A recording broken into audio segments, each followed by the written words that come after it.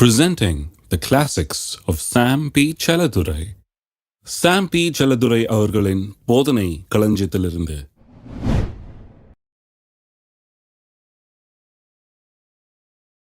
இந்த நியாயப்பிரமாண புஸ்தகம் உன் வாயை விட்டு பிரியாதிருப்பதாக.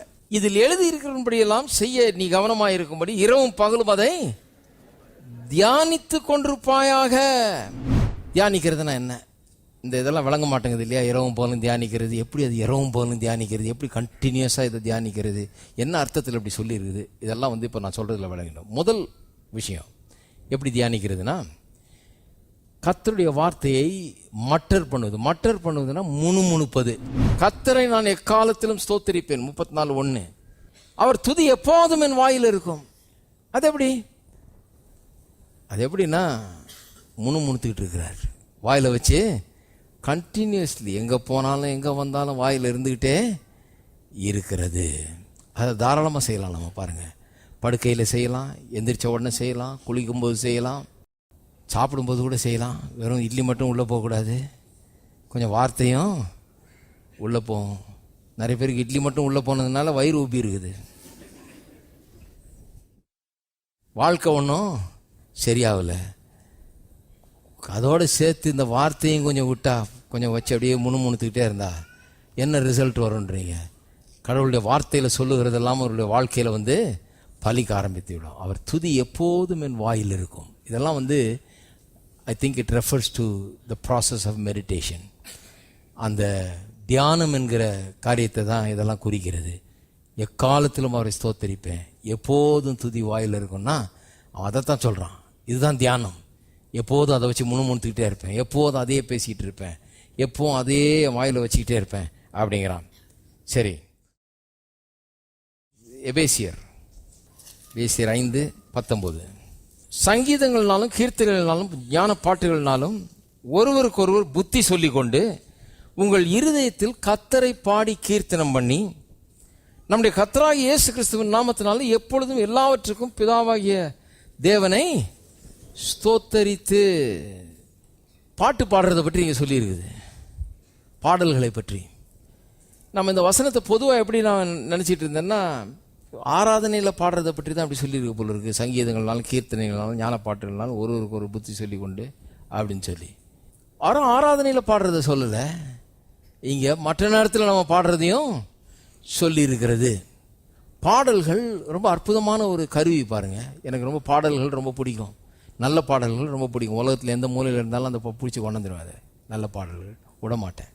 கேட்டேன்னா எனக்கு பிடிச்சிருச்சுன்னா அதை அப்படியே நான் பிடிச்சிருவேன். நல்ல பாடல்கள் மேலே எனக்கு நம்பிக்கை இருக்குது. ஏன்னு சொன்னால், கடவுளுடைய வார்த்தையிலேருந்து அதில் எழுதப்பட்ட பாடல்கள்லாம் நம்மளை பலப்படுத்துகிறது. ஆராதனையில் பாடும்போது மட்டுமல்ல, ஆராதனையில் பாடுறோம், ஆனால் ஆராதனையில் பாடுறது மட்டும் இல்லை, நீங்கள் இங்கேருந்து வெளியே போகும்போது அது உங்கள் நாவை விட்டு போகாது பாருங்கள். சில பாட்டுங்க அப்படியே இருந்துக்கிட்டே இருக்கும், பாடிக்கிட்டே இருக்க சொல்லும், வாயில் வந்துக்கிட்டே இருக்கும். இருக்கீங்களா? அதனால தான் என்ன பண்ணுறது, நாங்கள் ரொம்ப சிம்பிள் பாட்டாக கத்துறது, ரொம்ப காம்ப்ளிகேட்டடாக போகிறது இல்லை, சிம்பிளாக எல்லாருக்கும் வர்ற மாதிரி கத்துறது. வெறும் இங்கே பாடுறதுக்காக மட்டும் இல்லை, அதை நீங்கள் எடுத்துகிட்டு போகணுன்றதுக்காக தான். அப்படியே வாயில் அப்படியே கொண்டு போயிடணும் வீட்டுக்கு, வழியெல்லாம் பாடிட்டே போயிடணும். உங்களுக்கு அது தினந்தோறும் ஞாபகத்தில் வந்துக்கிட்டு இருக்கணுன்ற மாதிரி பாடல்களை தான் பாடுறோம், விடாது சில பாடல்கள்லாம். அது மட்டும் இல்லாமல் நான் பார்த்தது என்னென்னா, சில நேரத்தில் கர்த்தர் நம்முடைய நாவிலே ஒரு பாட்டை தர்றார். நிறைய நேரத்தில் நான் பார்த்துருக்கேன் பாருங்கள். சில நேரத்தில் வீட்டில் நான் பாட்டுக்கு ஒரு பாட்டை காலில் பாட ஆரம்பிப்பேன், அதை விடவே விடாது. என்ன நானாக நிறுத்திடலான்னு பார்த்தா கூட அது விடவே விடாது. என்னதையா பண்ணிருப்பேன், வாயை திறந்தா அந்த பாட்டு தான் வரும். எல்லாம் கேட்பாங்க, என்ன அதே பாட்டுருக்கீங்க காலிலேருந்து, அதே திரும்ப திரும்ப திரும்ப அந்த 4 லைனையே பாட்டுருக்கீங்க, என்ன விஷயம்? எனக்கே தெரில, அது அப்படி தான் வந்துக்கிட்டே இருக்குது. அது ஒரு ஜீவ ஊற்று மாதிரி உள்ளே இருந்துக்கிட்டு அந்த 4 லைன் வந்துக்கிட்டே இருக்குது. அப்புறம் தான் எனக்கு விளங்க ஆரம்பிச்சிது, இது ஒரு ஃபார்ம் ஆஃப் மெடிடேஷன். நான் எதையோ வேலை செஞ்சிட்ருக்கேன், என்னமோ பண்ணிகிட்ருக்கேன், எங்கேயோ போயிட்டுருக்கிறேன், என்னமோ பண்ணிகிட்ருக்கிறேன், இந்த பாட்டு வந்துக்கிட்டே இருக்குது. காரில் ஏறி காரை ஓட்டிகிட்டு போகிறேன், இந்த பாட்டு எனக்கு வந்துக்கிட்டே இருக்குது. ஏன் அதே பாட்டு திரும்ப திரும்ப வருது? நான் சில நேரத்தில் பார்த்துருக்கிறேன் பாருங்கள். அந்த பாட்டினுடைய வார்த்தைகள் ஆராய்ந்தீர்கள் என்றால் அந்த நாளுக்கு தேவையான சக்தி, பலன், ஞானம், கிருபை காரியங்கள் எல்லாம் அந்த பாட்டில் கடவுள் வச்சிருக்கிறார், அந்த வார்த்தைகளில். அதை நம்மளை பலப்படுத்தும்படியாக, நம்மளை அறியாமலே ஒரு டானிக் மாதிரி நம்மளை பலப்படுத்தும்படியாக கர்த்தர் என்ன பண்றாரு, அந்த பாட்டை நம்முடைய நாவல கொடுக்கிறார். கடவுள் எவ்வளவு நல்லவர் பாருங்க. நம்மளுக்கே தெரியல இந்த பாட்டை பாடணும்னு. கொஞ்சம் யோசித்தா நம்ம செலக்ட் பண்ணி பாடலாம். பட் நமக்கே தெரியல, திடீர்னு கர்த்தர் என்ன பண்றாரு, நம்முடைய நாவல் அந்த பாட்டை போட்டுறாரு. அதை மென்னுக்கிட்டே இருக்கணும். நம்ம போட்டு போட்டு திருப்பி திருப்பி திருப்பி திருப்பி ரெக்கார்டை திருப்பி திருப்பி போட்டா மாதிரி பாடிக்கிட்டே இருக்கிறது. சிலர்லாம் என்னை சுற்றி இருக்கவங்களாம் அழுத்த போயிடுவாங்க, என்ன திருப்பி திருப்பி இதே பாட்டு இருக்கு, இதே 4 வரி பாட்டு இருக்கு.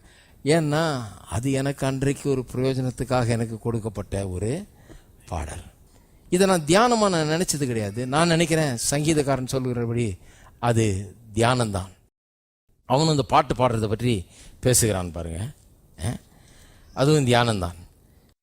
சங்கீதம் 77:12, உம்முடைய கிரியைகளை எல்லாம் தியானித்து உம்முடைய செயல்களை எல்லாம் யோசிப்பேன். யோசிப்பேன்ற வார்த்தை சொல்லுவேன் என்று சில மொழிபெயர்ப்புகளில் கொடுக்கப்பட்டிருக்கிறது. I will talk of God's mighty works. பாருங்க, நம்முடைய பிரச்சனைகளை சொல்லிகிட்டே இருக்கக்கூடாது. பிரச்சனை சொல்லிகிட்டே இருந்தால் என்ன ஆகும்னா, பேட்டரி டிஸ்சார்ஜ் ஆகிற மாதிரி கம்ப்ளீட்டாக டிஸ்சார்ஜ் ஆகிடும். பலனே நம்மளை விட்டு போயிடும். எதை சொல்லிகிட்டு இருக்கணும்? கர்த்தருடைய கிருபையை, கர்த்தருடைய மேன்மையை, கர்த்தருடைய அன்பை, கர்த்தருடைய சிருஷ்டிப்பின் வல்லமையை, மீட்பின் வல்லமையை, அவருடைய கிரியைகளை, அவருடைய அற்புதமான காரியங்களை, உடைய கிரியைகளெல்லாம் தியானித்து உடைய செயல்களெல்லாம் நான் சொல்லுவேன் என்று நான் சொல்லுகிறேன். அந்த சங்கீதம் கொஞ்சம் அற்புதமான ஒரு சங்கீதம். அதை கவர் பண்ணுறதுக்கு நேரம் கிடையாது. வாஸ்து பார்த்தீங்கன்னா ஒரு பெரிய இடுக்கண்ணான நேரத்தில், ரொம்ப கஷ்ட நேரத்தில், பிரச்சனையின் நேரத்தில், கஷ்ட நேரத்தில் இவன் இந்த சங்கீதத்தை சொல்லுகிறான் பாருங்க. சங்கீதக்காரன் சொல்கிறான், கர்த்தரை நோக்கி கூப்பிட்டு அவர் எனக்கு பதில் கொடுத்தாரு. ஆனால் என்னுடைய உள்ளத்தில் 1008 கவலைகள் போட்டு அலசுறேன், என்னுடைய உள்ளம் ஆராய்ச்சி செய்கிறதுன்றான். என்ன ஆராய்ச்சி பண்ணுது? 7ஆம் வசனத்திலேருந்து பார்த்தீங்கன்னா அவனுடைய உள்ளம் வந்து அங்கலாய்க்குது பாருங்க. ஆண்டவர் நித்திய காலமாய் தள்ளி விடுவாரோ, இனி ஒருபோதும் தயை செய்யாது இருப்பாரோ, அவருடைய கிருபை முற்றிலும் அற்று போயிற்றோ, வாக்குத்தத்தமானது தலைமுறை தலைமுறைக்கும் ஒழிந்து போயிற்றோ, தேவன் இரக்கம் செய்ய மறந்தாரோ. உள்ளம் பாருங்க என்னெல்லாம் யோசிக்குது அவனுக்கு. ஏன்னா கஷ்டம், பிரச்சனை, வாழ்க்கையில் பிரச்சனை நேரத்தில் உள்ளம் அங்கலாய்க்கிறது. அவனுடைய உள்ளம் வந்து ஐயோ கர்த்தர் நம்மளை மறந்துட்டாரோ, வாக்குத்தத்தம் சொன்னபடி செய்ய மாட்டாரோ, நம்மளை அவ்வளோதான் கைவிட்டாரோ அப்படின்லாம் யோசிக்கிறான். தேவன் இரக்கம் செய்ய மறந்தாரோ, கோபத்தினாலே தமது உருக்கமான இரக்கங்களை அடைத்து கொண்டாரோ என்றேன். அப்பொழுது நான், இது என் பலவீனம், ஆனாலும் உன்னதமானவருடைய வலது கரத்தில் வருஷங்களை நினைவு கூறுவேன், கர்த்தருடைய செயல்களை நினைவு கூறுவேன், உங்களுடைய பூர்வ காலத்து அதிசயங்களையே சொல்றான். உள்ள எனக்கு அங்கலாய்க்குது, கர்த்தர் மறந்துட்டாரோ, கைவிட்டாரோ, இனிமே செய்ய மாட்டாரோ அப்படின்லாம் என் உள்ள சொல்லுது. ஏன்னா வாழ்க்கை இப்போ கஷ்டமா இருக்குது, பிரச்சனையில் இருக்கிறேன். ஆனால் இதை பார்க்க போறதில்லை. நான் எதை பார்க்க போறேன்? கர்த்தர் பூர்வ காலத்தில் எப்படி ஆக்ட் பண்ணியிருக்கிறார், எப்படி செஞ்சிருக்கிறார். கர்த்தரை பார்க்கணுன்னா கர்த்தருடைய செயல்களை பார்க்கணும், அவரை புரிஞ்சுக்கலாம். ரொம்ப சிம்பிள். கர்த்தர் எப்படி செஞ்சிருக்கிறார், இஸ்ரவேல் மக்களை எப்படி விடுவித்தார். 10ஆம் வசனத்திலேருந்து பார்த்தீங்கன்னா அதை தான் பார்க்குறான். இஸ்ரவேல் மக்களை எப்படி விடுவித்தார், எப்படி அவர்களுக்கு சகாயம் பண்ணார், எப்படி அவர்களுக்கு அற்புதம் பண்ணார், என்னவெல்லாம் அவர்களுக்கு செஞ்சார், அதையெல்லாம் யோசித்து பார்த்து இவன் பலன் அடைஞ்சிடறான். கொஞ்ச நேரம் இங்கே இருதயம் அங்கலாய்க்குது, பயப்படுது, கர்த்தர் நம்மளை மறந்துட்டாரோ அப்படின்னு எண்ணுது. ஆனால் அதெல்லாம் வந்து நம்முடைய இருதயத்தின் எண்ணங்கள், நம்முடைய பயத்திலிருந்து வர்றது, நம்முடைய சூழ்நிலையின் நிமித்தமாக வர்ற எண்ணங்கள், நம்முடைய பிரச்சனையின் நிமித்தமாக வருகிற எண்ணங்கள். அதன் மத்தியில் அவன் என்ன பண்ணுறான்? இந்த எண்ணங்கள்லாம் ஷுவர் கிடையாது, இதெல்லாம் சும்மா வர்ற எண்ணங்கள், எனக்கு வர்ற பயத்தினால வர்ற எண்ணங்கள். இதெல்லாம் நான் பார்க்கக்கூடாது. கர்த்தருடைய செயல்களை நான் பார்க்கணும். அவர் என்ன செஞ்சிருக்கிறார், அவர் செஞ்சது எனக்கு அவர் யார் என்பதை நிரூபிக்கிறது. அவருடைய அன்பை எப்படி காமிச்சார், அவருடைய காருண்யத்தை எப்படி வெளிப்படுத்தினார், அவருடைய அற்புதங்களை எப்படி செஞ்சார் சொல்றான். அதையெல்லாம் பார்த்தேன், அதையெல்லாம் பேசினேன், அவருடைய அற்புதங்கள் எல்லாம் இந்த நாவினாலே சொன்னேன். ஏனென்றால் அவர் அப்படிலாம் செஞ்சிருக்கிறாரு. அவர் செஞ்சாருன்னு சொன்னா எனக்கும் அதை செய்வார். ஆமென். அவர் செஞ்சதை வச்சு தான் நான் பேச முடியும். எதையோ நான் கற்பனை பண்ணிட்டு விட்டுட்டாரோ, முடிஞ்சு மறந்துட்டாரோ, இரக்கம் காட்ட மாட்டாரோ, தயவு செய்ய மாட்டாரோன்னு பேசக்கூடாது. அதை நான் விட்டுறேன்ட்டான். விட்டுட்டு அவருடைய கிரியையை நான் பேசுவேன். நல்ல கன்க்ளூஷன் பாருங்க, எனக்கு ரொம்ப பிடிக்குது அவனுடையது. அவருடைய கிரியை நான் பேசுவேன். இதே எங்கலாய்ப்பில் அதை இதையும் பேசிட்டேன். ஆனால் இப்போ நான் ஸ்டாப் பண்ணிட்டு என்ன பண்ண போறேன்? அவருடைய கிரியை நான் பேசுவேன். எப்படி சிவந்த சமுத்திரத்தை 2ஆ பிளந்தார், மன்னாவை வானத்திலிருந்து பொழிந்தருளினார், எப்படி கற்பாறையிலிருந்து தண்ணியை கொடுத்தார், எப்படி விரோதிகளை மடங்கடித்தார், எப்படி பாலும் தேனும் ஓடுற தேசத்துல கொண்டு வந்து சேர்த்தார், செல்வ செழிப்பான இடத்துல கொண்டு வந்து சேர்த்தார், அதை பேசுவேன். கர்த்தருடைய அற்புதத்தை எத்தனை பேர் அப்படி பேசுறீங்க? பிரச்சனையே பேசிட்டு இருக்கக்கூடாது பாருங்க. பிரச்சனை நேரத்தில் பல இது வரும். மெடிடேஷன் வேற மாதிரி போவோம். பிரச்சனை நேரத்தில் இப்படியே உட்காந்து யோசிக்க ஆரம்பிச்சிங்கன்னா, கர்த்தர் மறந்துட்டாரோ, தயை காட்ட மாட்டாரோ, இனிமே அவ்வளோதானோ, இனிமே நமக்கு செய்ய மாட்டாரோ, இப்படியெல்லாம் உள்ளத்தில் வரக்கூடிய வாய்ப்பு இருக்குது. அப்போ நீங்கள் என்ன சொல்லணும்? ஐயோ, இதெல்லாம் வந்து என்னுடைய தவறு, என்னுடைய எண்ணங்கள், நான் யோசிக்கிறேன் இப்படி. இதெல்லாம் நிச்சயம் கிடையாது, இதெல்லாம் கேரண்டி கிடையாது. இது சும்மா அப்படியே அலசுறேன் நான் போட்டு குழம்பி போய். கர்த்தர் செஞ்சது தான் கேரண்டி. அவர் இப்படி செய்கிறார், இப்படி இருக்கிறார், இப்படி அன்பு காட்டினார், இப்படி அதிசயங்களை செய்தார். அதை தியானிக்க வேண்டும். இருக்கீங்களா? தான் தியானம். அதை சத்தமாக செய்கிறது, ஸ்பீக்கிங் அவுட் லவுடு. முதல்ல வந்து முணுமுணுக்கிறது, இது வந்து சத்தமாக செய்கிறது. இதில் பாருங்க, அநேக நேரத்தில் இதில் சில சிம்பிள் காரியங்கள்லாம் இருக்குது. நம்ம கடவுளுடைய அற்புதங்களை மற்றவர்களோட பகிர்ந்து கொள்கிறோம் பாருங்க. பகிர்ந்து கொள்வது கூட அது ஒரு விதமான தியானம் தான். அன்றைக்கி நான் யார்கிட்டயும் சொல்லிகிட்டு இருந்தேன், எப்படி அவங்க கேட்டாங்க, எப்படி நீங்கள் படித்து முடித்து எப்படி ஆரம்பிச்சிங்கன்னு. நான் உடனே என் தாட்ஸ் எல்லாம் போயிடுச்சு எங்கேயோ. படித்து முடித்து ஆரம்பித்த காலத்தில் நான் வெறும் 2 சூட் கேஸை தூக்கிட்டு கிளம்புனேன் ஊழியத்துக்கு பாருங்கள். அப்படி தான் கிளம்புனேன். அதையெல்லாம் யோசித்து பார்த்தேன். எனக்கே ஆச்சரியமாக இருக்குது. இப்போ செய்கிறதுக்கு பயமாக இருக்கும் போல இருக்குது. அந்த காலத்தில் ரொம்ப தைரியம் பாருங்கள். கிளம்பியாச்சு, ஒன்றும் எங்கே போகிறோன்னு தெரியாது, கிளம்பியாச்சு. அப்படி தான் ஆரம்பித்தது. அப்போ அதையெல்லாம் யோசித்து பார்த்து எப்படி கர்த்தர் அற்புதமாக நடத்தினார், எப்படி செஞ்சார், எப்படி தேவையிலெல்லாம் சந்தித்தார், எங்கெல்லாம் கொண்டு போனார், எப்படியெல்லாம் எனக்கு சகாயம் பண்ணார்ன்றதெல்லாம் சொல்லிகிட்டே வந்தேன். சொல்லிகிட்டே வந்தப்போ அவருக்கு ரொம்ப பரவசமாக இருந்தது. அதை விட எனக்கு ரொம்ப பலன் உண்டானது. ஏன்னா அவ்வளோ செஞ்சவர் எனக்கு 25 வருஷத்துக்கு முன்னால், 30 வருஷத்துக்கு முன்னால் எனக்கு அதை செஞ்சவர் இன்றைக்கு வரப்போகிற ஆண்டுகளுக்கு எனக்கு நிச்சயமாக செய்வார். அப்போ நான் வாயை திறந்து சொல்கிறேன். இதெல்லாம் வாயை திறந்து இவைகளெல்லாம் நான் சொல்கிறேன் பாருங்க. வாயை திறந்து இவைகளெல்லாம் சொல்லும்போது இவைகளெல்லாம் ஒரு மெடிடேஷனுக்கு சமமாக இருக்கிறது. அப்போ வந்து ஃபஸ்ட்டு வந்து முணுமுணுக்கிறது, ரெண்டாவது வந்து வாயை திறந்து சொல்லுகிறது, சத்தமாக சொல்ல, மற்றவர்களோட பகிர்ந்து கொள்வது. அது கூட ஒரு மெடிடேஷன் தான்.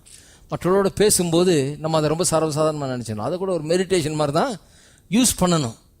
கடவுளுடைய அற்புதங்களை, அதிசயங்களை, நல்ல காரியங்களை, அவர் செய்த காரியங்களை சொல்லும்போது அது ஒரு மெடிடேஷன் மாதிரி ஆகிடுது நமக்கே.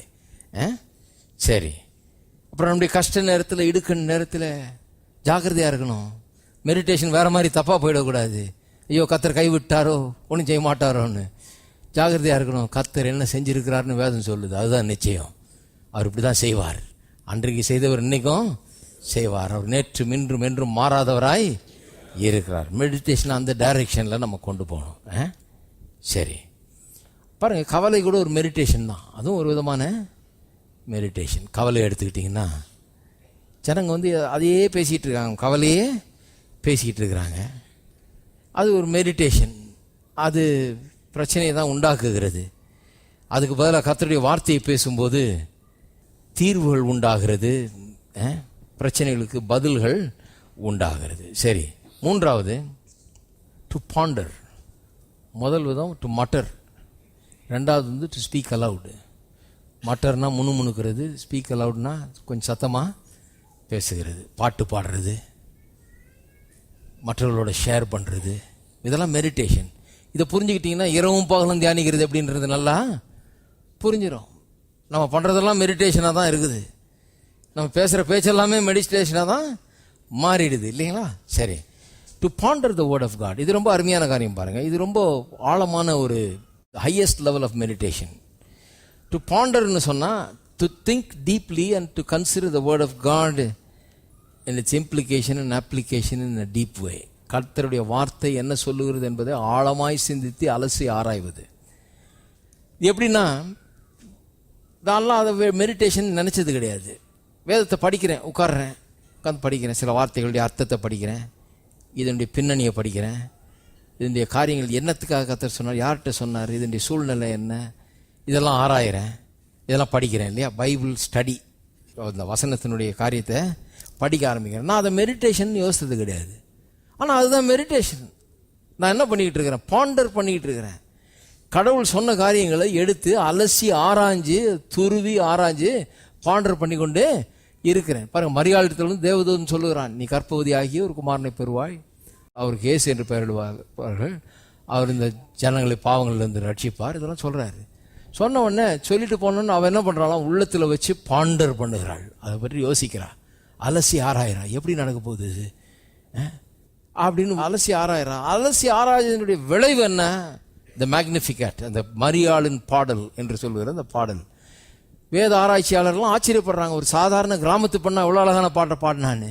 அது ஆவியினால் ஏவப்பட்டு வந்த பாடல். தியானம் பண்ணி பண்ணி பண்ணி இந்த பாண்டர் பண்ணி பண்ணி பண்ணி கடவுளுடைய வார்த்தையை எண்ணி பார்த்து அதை அலசி ஆராய்ச்சி தேவதூதன் அவளுக்கு சொன்ன காரியங்களை யோசிச்சு பார்த்து தன்னுடைய மனதில் கொண்டு வந்து திரும்ப திரும்ப அதை கொண்டு வந்து யோசிச்சு பார்த்து அதை எண்ணி பார்த்து அதையே மனசுல வச்சிருந்ததுனால அவளுக்குள்ள இருந்து ஒரு பாட்டு கிளம்பி வருகிறது.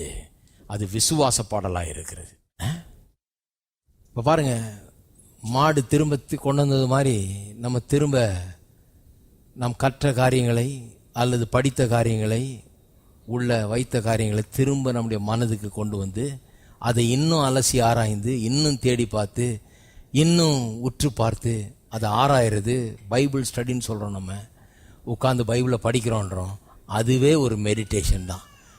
இப்போ 3 விதமான மெடிடேஷன். ஒன்று நான் முணுமுணுக்கிறது, இன்னொன்று நான் மற்றவர்களுக்கு கர்த்தரை பற்றி கர்த்தருடைய அதிசயங்களை பற்றி நான் சொல்கிறது, பாட்டு பாடுறது, பாட்டுனால மற்றவங்களை உற்சாகப்படுத்துறது, அதெல்லாம் இருக்குது பாருங்கள். அதுவும் ஒரு மெடிடேஷன் தான். என்னையே நான் உற்சாகப்படுத்திக்கிறேன், மற்றவங்களை காட்டிலும் எனக்கு தான் அது அதிக உற்சாகமாக உண்டாகிறது.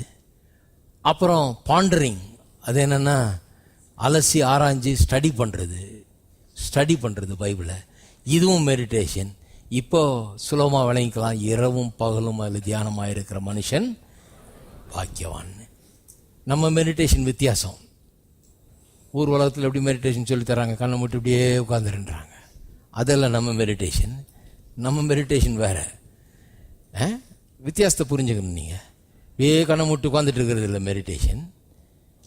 நம்முடையது கடவுளுடைய வார்த்தையை வாயில் வச்சு முணுமுணுத்து கொண்டே இருப்பது, கடவுளுடைய அற்புதங்களை அதிசயங்களை சொல்லிக்கொண்டே பேசிக்கொண்டே இருப்பது. அது மட்டும் இல்லாமல் அதை வச்சு அலசி ஆராய்ஞ்சு துருவி அதை இன்னும் ஆழமாய் படிப்பது. இதெல்லாம் மெடிடேஷன் தான். எத்தனை பேர் அதெல்லாம் பண்ணுறீங்க? அதை அதிகமாக பண்ண பண்ண பண்ண வார்த்தை உங்களுக்குள்ளே போக ஆரம்பிச்சிருது. கேட்ட வார்த்தை வீண் போகிறது இல்லை. இன்னைக்கு கேட்டது நாளைக்கு உங்களுக்கு சொந்தமாகிடுகிறது. அதில் உள்ள சத்து, அதில் உள்ள பலன், அதில் உள்ள காரியங்கள் எல்லாம் உங்களுடையதாகிறது. அது வெறும் பிரசங்கம் இல்லை. இப்போ இது வெறும் ஒரு தியாலஜிக்கல் ஃபேக்ட் அல்ல, இது வெறும் ஒரு பைபிள் ட்ரூத் அல்ல, இது உங்களுடைய வாழ்க்கையின் உண்மையாக மாறிவிடுகிறது. உங்கள் வாழ்க்கையில் அது நிஜமாக மாறிவிடுகிறது. ஆமென்.